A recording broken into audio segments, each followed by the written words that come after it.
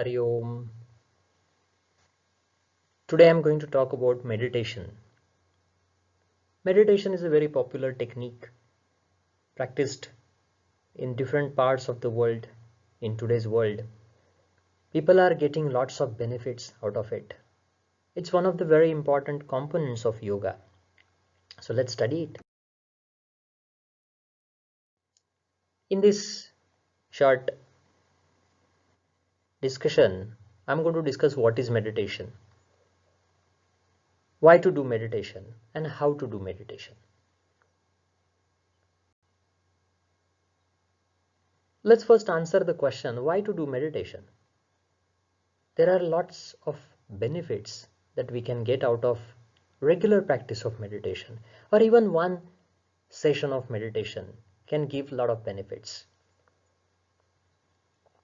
If we talk about mental health, there are a lot of mental disorders or physical disorders that include anxiety,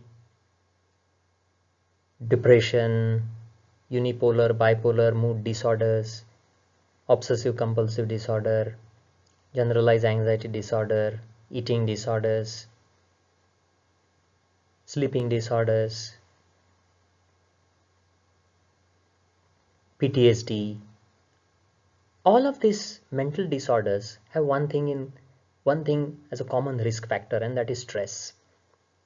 But interestingly, different types of meditations have been used in different researches and different studies, and all of them have effectively shown that meditation does significantly reduce these negative states of our mind.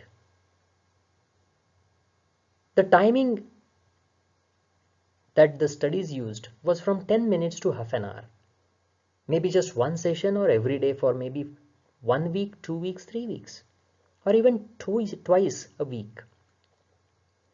So this is a very important study finding, that even one session of meditation reduces the negative state of our mind.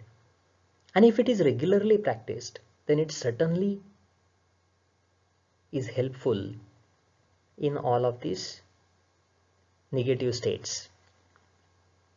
Also, there are lots of studies that say that meditation is very helpful in physical problems, in cardiovascular disease, in asthma, reducing the severity of the symptoms, digestive problems also, even nervous system neurodegenerative disorders. Meditation does offer a lot of help. Other than these physical and mental problems, meditation is shown that it improves concentration, creativity, it improves the focus of our mind, and it also improves positivity. Positivity includes a lot of different emotional states such as joy, peace, contentment, creativity, amusement, interest, inspiration, happiness, and it is improved by the practice of meditation.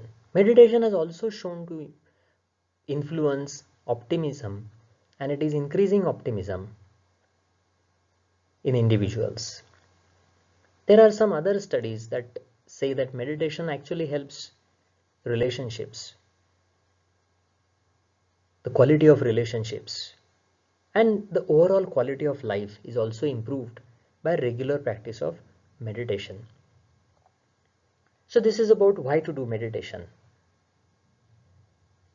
Now let's talk about what is meditation.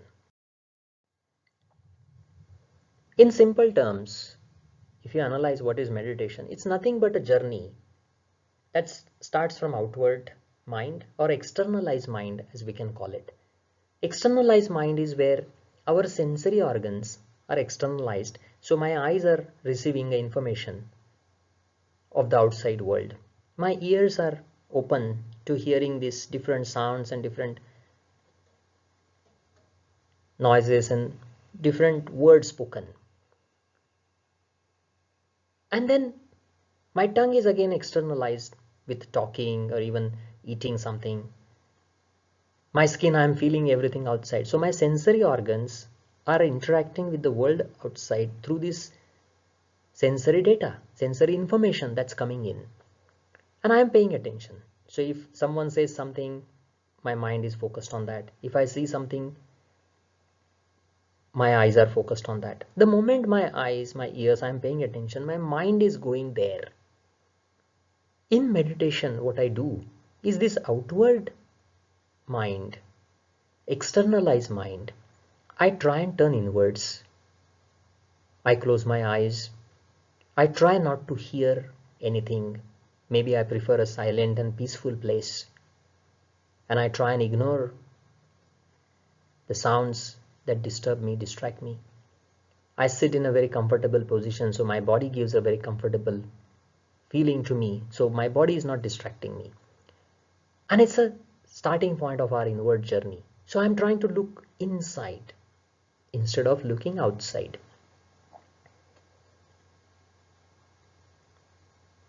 So externalize mind to internalize mind. This is what meditation is. The process of meditation is all about finding the inner peace, that silence, that calm state. You imagine a water. There are a lot of winds and there are a lot of currents in the water. And because of the currents and winds, the water is all turbulent. You can't really see what's beneath the water. Everything is choppy, like the waves. This is how our mind is. My mind has lots of thoughts. Then I get a lot more information, this information, that information, this thought, that thought. And then I'm distracted all through. There is no stability. Different emotions are arising in my mind as a result of these different thoughts and different experiences. So I have lost my inner peace and that silence. The meditation is a process of finding that inner peace. The turbulence that is there, the waves that are there in the field of my consciousness, in that mind, these thoughts and emotions, these reactions to these emotions, the negative experience of these emotions, I need to calm all of that down and experience that inner peace and silence. That is the process of meditation. Meditation is also finding the focus and concentration. My mind is dissipated. Every few minutes or even every few seconds, I'm changing my thoughts. And it's a link of thoughts. When I say concentrate on a point, and what is the point? For example, a candle flame.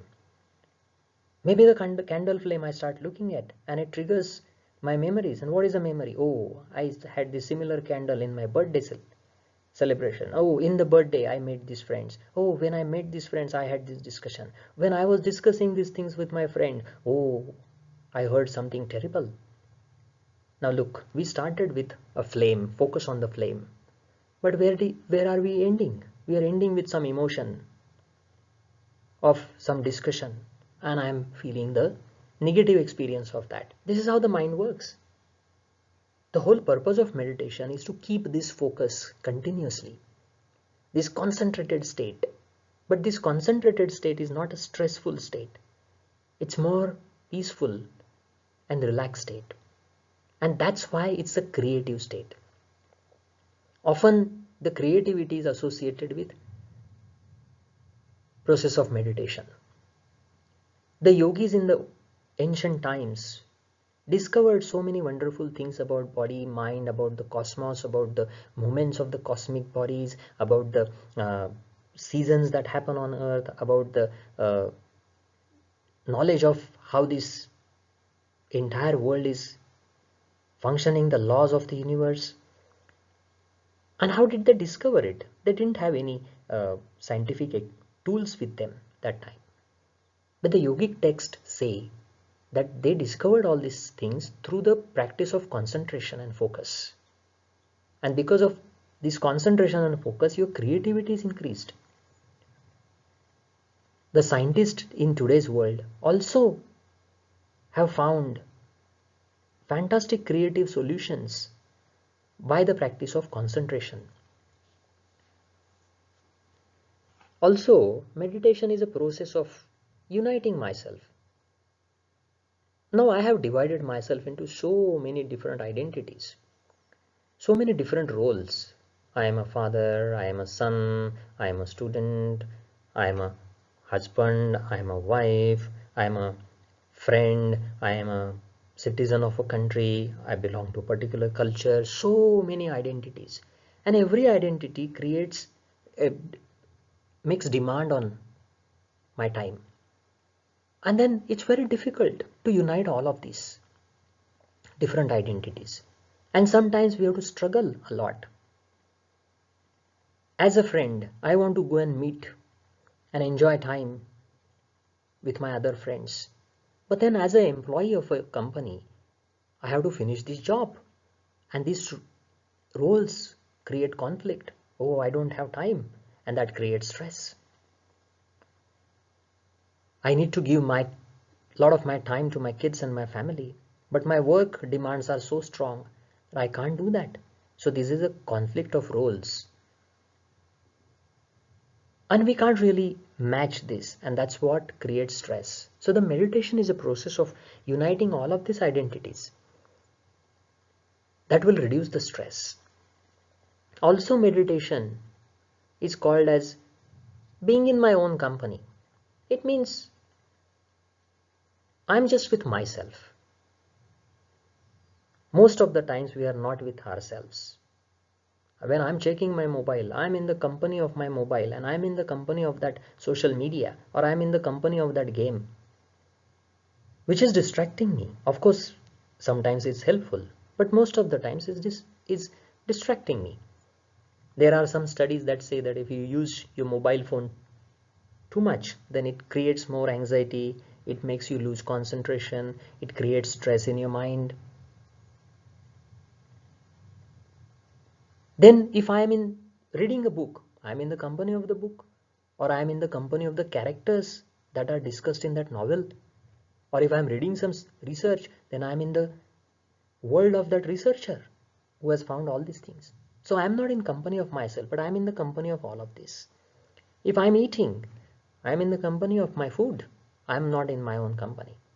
If I am thinking, then thoughts is my company. Emotions is my company. Watching a television, that is my company. Meditation is a process of getting rid of all of these companies and just be on your own. Do nothing. That is meditation. That do nothing includes do nothing physically, do nothing in the thought process, do nothing in the reactions, do nothing in the experience of emotions, do nothing except being with yourself. And once you are with yourself, when you unite yourself, you can easily connect with the positivity, which is a initial stage of finding your true eternal happiness that is inside you. The happiness that we seek is not outside, it's inside. Even you go through the modern medical studies that have been done on the brain, on happiness. And the happiness comes down to the neurotransmitters, the chemicals in our brain, like dopamine, oxytocin, serotonin. If you can have these chemicals in your brain, no matter what you have outside, you can be happy. That's what medical science is saying. And that is exactly what meditation is talking about. If you can focus and bring that peace, you will be finding that positivity inside. As such, if you look at the whole process of meditation, it's actually helping us decondition our mind. The conditionings are the habits. Conditionings are the sanskar, as is called in Sanskrit. The conditioning of getting anxious is troubling me. So I need to get rid of that habit of feeling anxiety. Meditation will help me. meditation will help me decondition, remove that condition, and then bring a new condition that in that situation I can experience peace. This is modifying the sanskaras. If I experience stress, I can decondition that and I can recondition my mind not to experience stress in the same situation.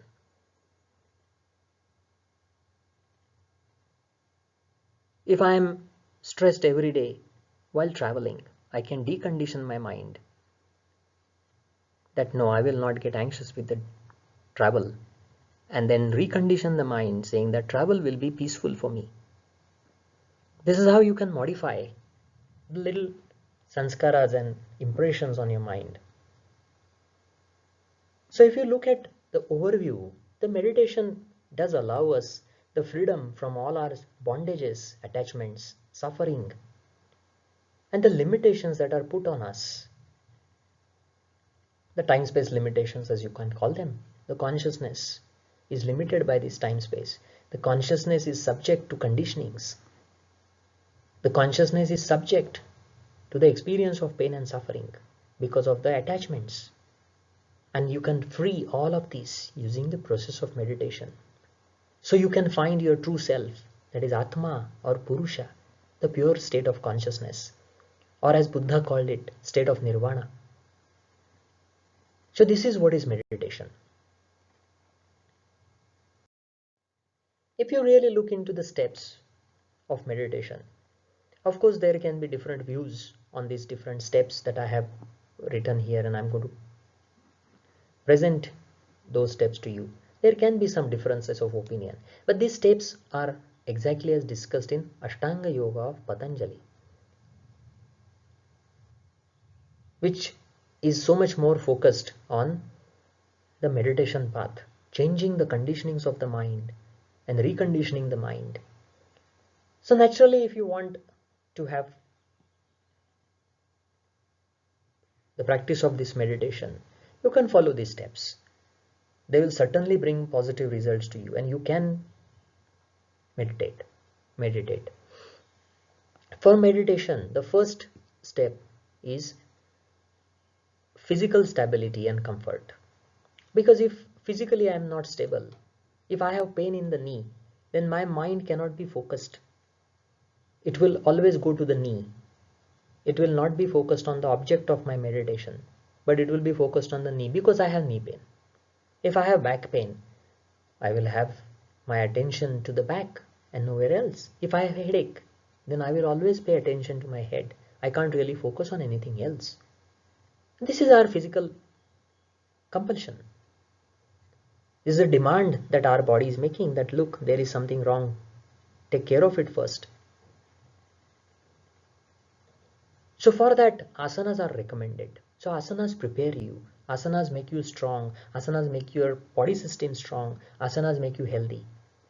And once you practice all different types of asanas, you can study the meditative asanas such as lotus pose, padmasana, or siddhasana, perfect pose, or just even cross-leg position, or vajrasana, thunderbolt pose, or swastikasana, auspicious pose.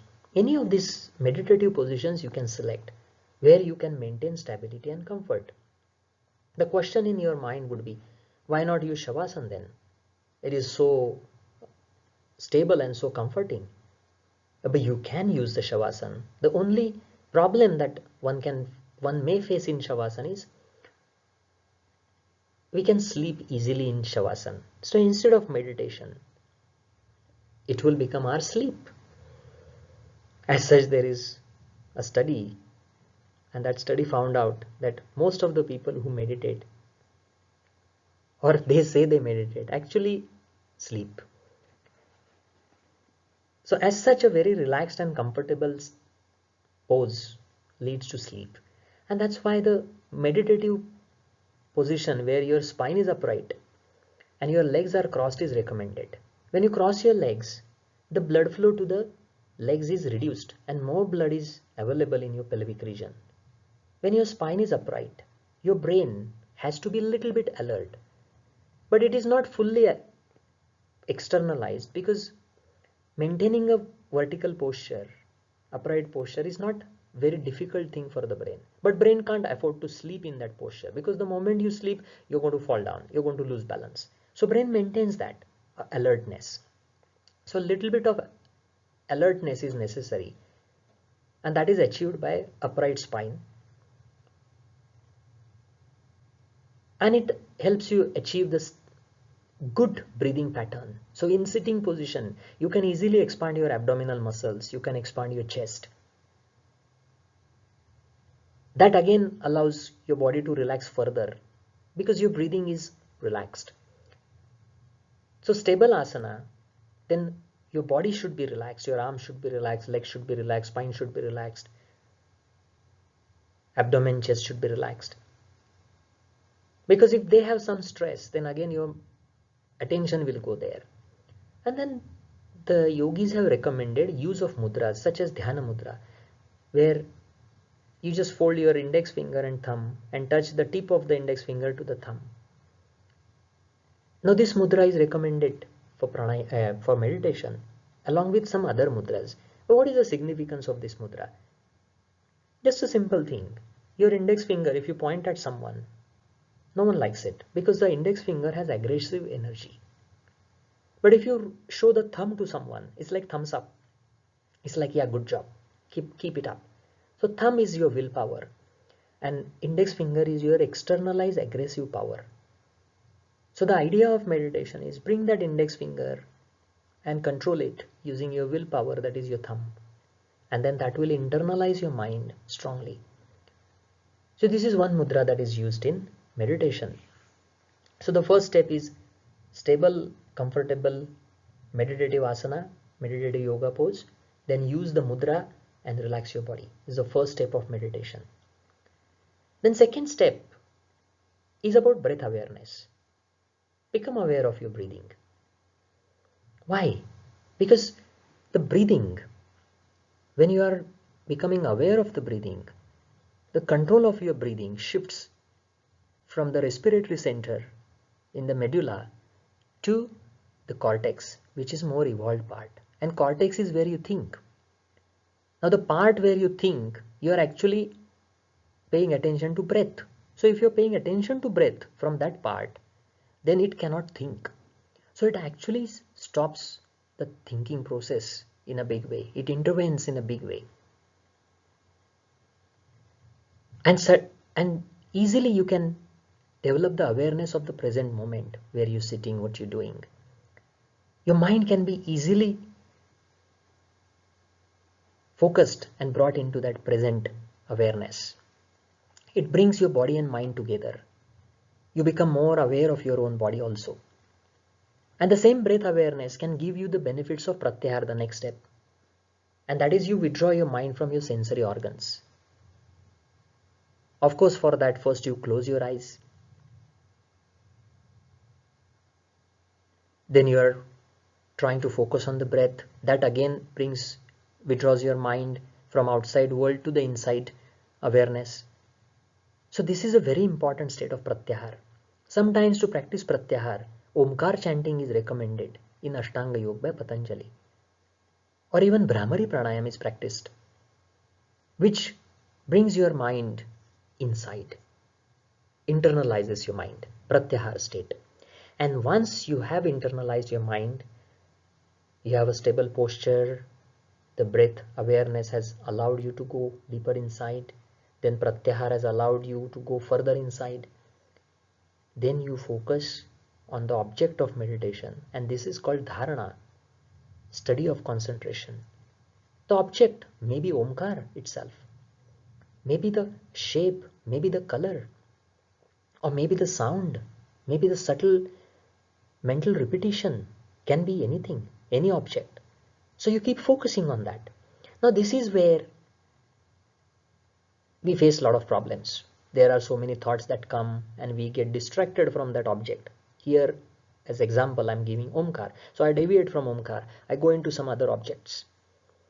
Maybe I think of the color saffron and then I go to saffron clothes, and then from clothes to people, then people to emotions, or somewhere. So this is a distraction that can easily happen. And this is the most crucial part. This is where you say I am meditating. What you're trying to do here is When you notice that your mind is distracting, you bring it back to the object of meditation. You bring it back again to the Omkar. You bring it back again to that sound or whatever is your object. And this is the process of meditation. In this effort of meditation, a point may come when you may experience undisturbed, focused state of your mind. So you're not making any effort. Effortlessly, your mind is concentrating on that Om or that object. And that is a state of meditation called dhyana in Ashtanga Yoga or in Sanskrit as such. And this state is most of the times not under our control, and that's why we have to struggle. We have to do so many preparations, we have to do so many pranayam practices, so many asana ways, so many mudras. You have to spend so much of time to train your mind to achieve this state. And this is that state that I was discussing in the previous slide, where you can decondition and recondition, where you can integrate all of yourself, when you can be absolutely peaceful and harmonious. You can find the positivity. It is this state that is called dhyana avastha, undisturbed state, undisturbed focused state of our mind. Now this object of meditation is also very important.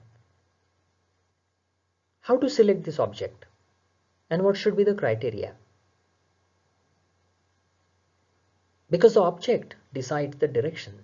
Object decides how far we go internally. Object decides how much positivity we can experience. If the object is wrong, we cannot get the benefits of meditation. The first quality of the object should be permanency. It should offer a support to our mind in that state of meditation without any change. It should not change. If we select a changing object, then it's a problem.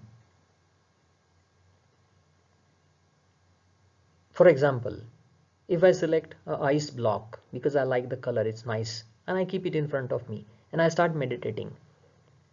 And then as I am meditating, the object is losing, it's becoming a water.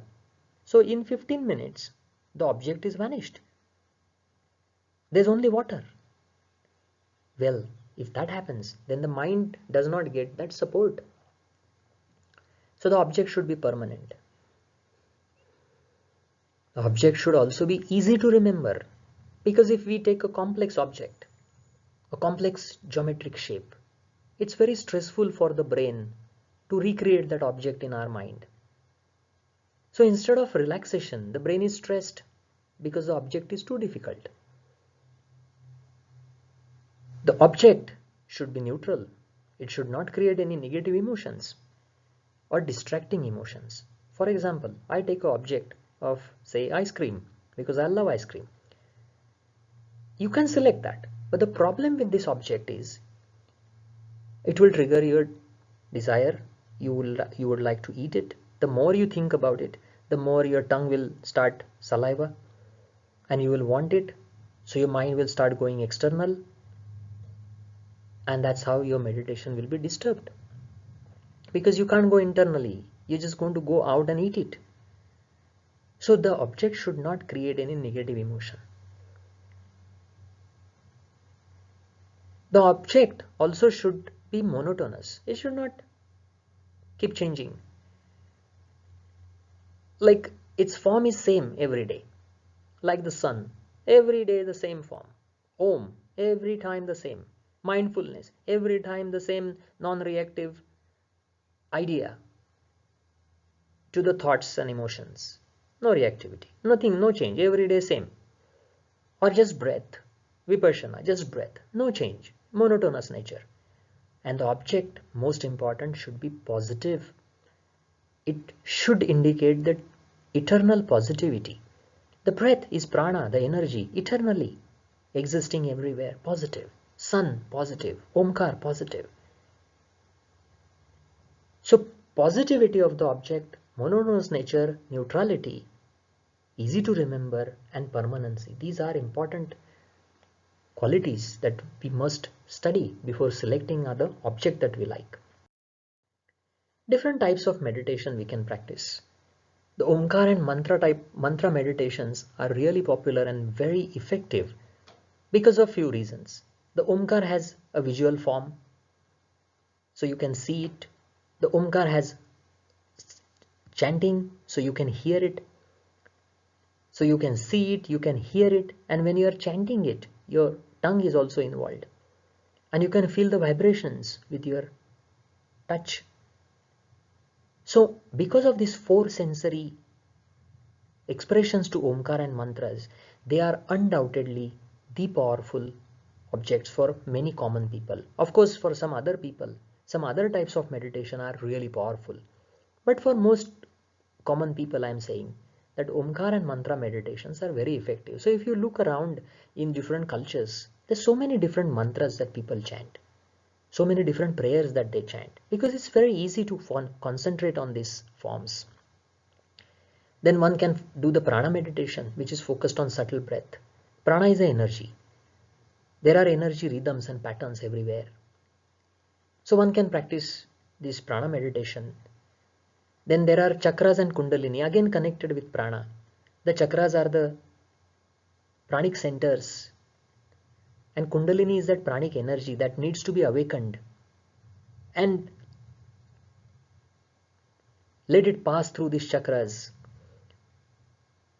to reach the highest chakra, Sahasrar, that is that enlightened state. That is the most advanced stage of meditation. So chakra and kundalini meditation are also easy to do, easy to concentrate on some physical part called chakras, which actually don't exist in physical dimension. They exist on pranic level. But still physically we can focus on those areas and develop more awareness of prana. So chakra and kundalini meditations are also very helpful. Vipassana and anapanasati, these are also very powerful and very popular meditation ways, types of meditation. Mostly the focus on breath and different body parts is the object of meditation here. Very simple system of Buddha, but very effective. Another mindfulness meditation suggested by Buddha, just watching our thoughts without reacting. That increases our awareness in present. And Sakshi Bhav, as is called in Sanskrit, the impartial observer attitude. So whatever happens in the mind, I'm just neutral. I'm just observing it. Metta or kindness meditation, compassion meditation has also shown wonderful effects. Unconditional love and expanding that positive state of mind does bring that peace and concentrated state of mind and expanded awareness. Also, one can select the objects in the nature such as sun, earth, trees, ocean, sky. These are all positive objects. So all these different types of meditations can give us the benefits of meditation. So I hope it has brought some more clarity on the path of meditation. And you're certainly going to select what you like, what you prefer, and what suits you most. And you will surely get benefits even with one session of meditation. So I'm going to stop here. Hari Om.